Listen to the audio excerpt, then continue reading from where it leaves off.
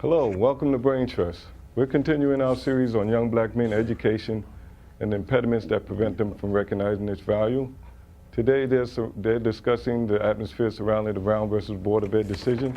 Come, let's join them.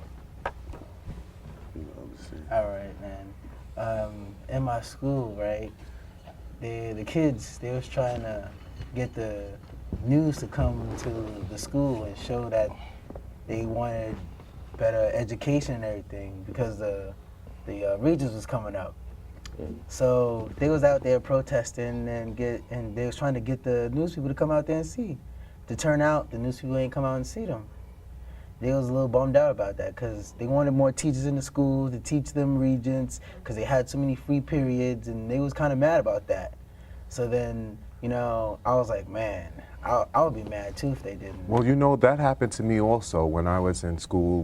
We had lobbied teachers to get us to get more AP classes. Those are advanced placement classes that you need to go into college, and sometimes you don't even have to take college classes once you've taken those.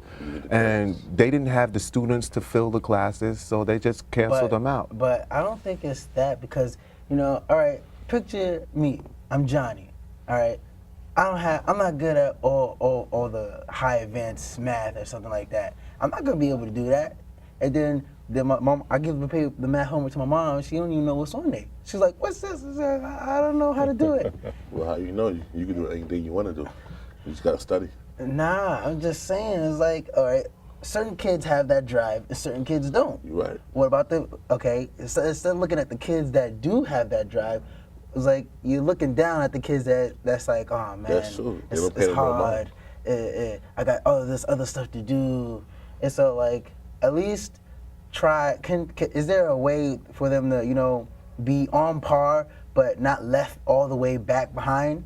So do you think our statuses are unequals as a result of Brown versus Board of Education and important cases like that? Yeah, I agree, because for me, I think that it's unfair the way, like the school in Long Island or in or Iowa or someplace, if I go there, they have the equipment, they have updated books, and when you're in a place like New York, or not particularly say, but in a school like mine, you have these old worn out books that dated to who knows when, and you're like, we're studying all this old stuff while they're already way past us. It's like they're a mile away and we're just running.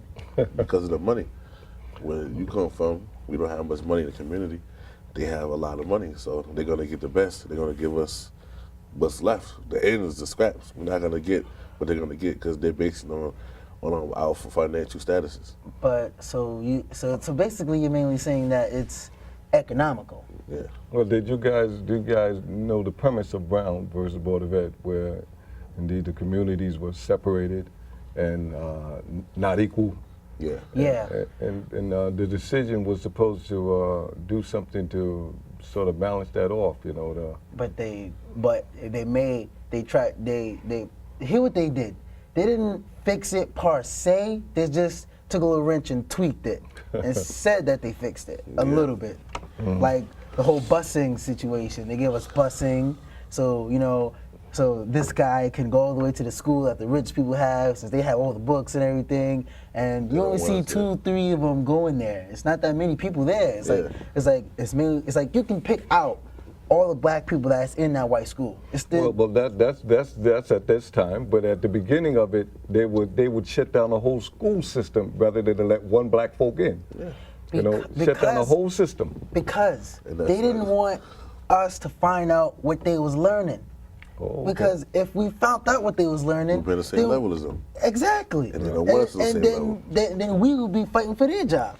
Yeah, they don't want us to do that. Well, the point is that as a result of coming out of slavery and whatnot, our 40 acres essentially is the education. And we have to really focus on that in order to be able to get a good job and to be able to take care of your family. So, you know, we have to use what is given to us, because the thing is, we're not going to get anything else. You know, there's going to be no more handouts there, and they're even talking about taking back a lot of the things that they've already given and that we worked so hard for.